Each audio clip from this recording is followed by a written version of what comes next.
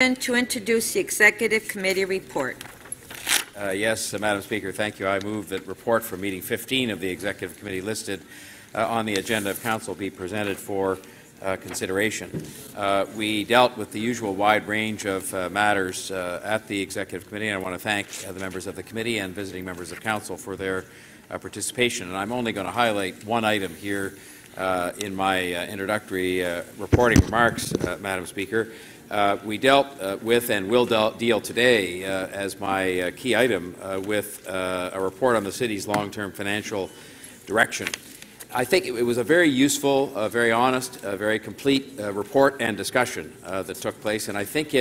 I hope it avoided what often happens with these discussions, which is a tendency that people have, depending on sort of where they're coming from, to describe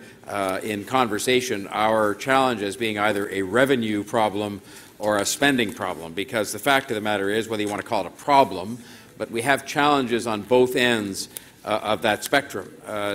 Dealing first, and I can tell you that it's certainly my intention as the leader of the Council to have us embark on a discussion which this report starts us on to address both, because I think it's our responsibility to address both. There are people who will say we don't have any problem with respect to expenditure, and my answer to that would only be to say that anybody who's part of any multi-billion-dollar organization that says they've found every single efficiency that there is to be found is either ill-informed or is trying to mislead.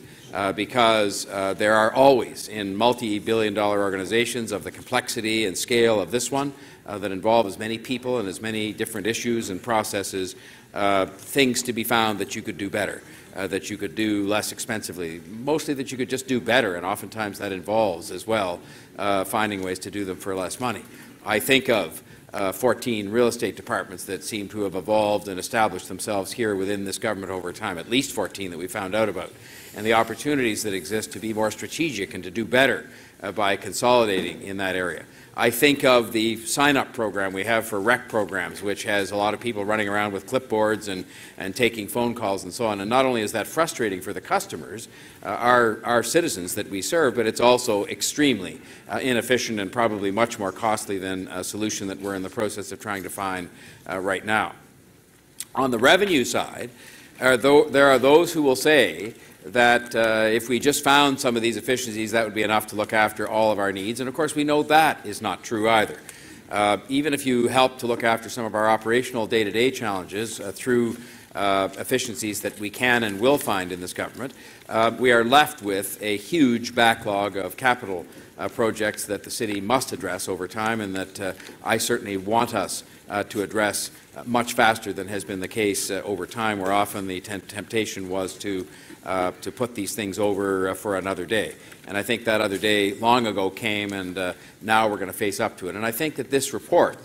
is an important first step forward, because it is honest. It is frank. It does create some degree of discomfort, probably for all of us in one way or another, and the challenge in front of us is to find a way on the expenditure and the revenue side to make the long-term investments, to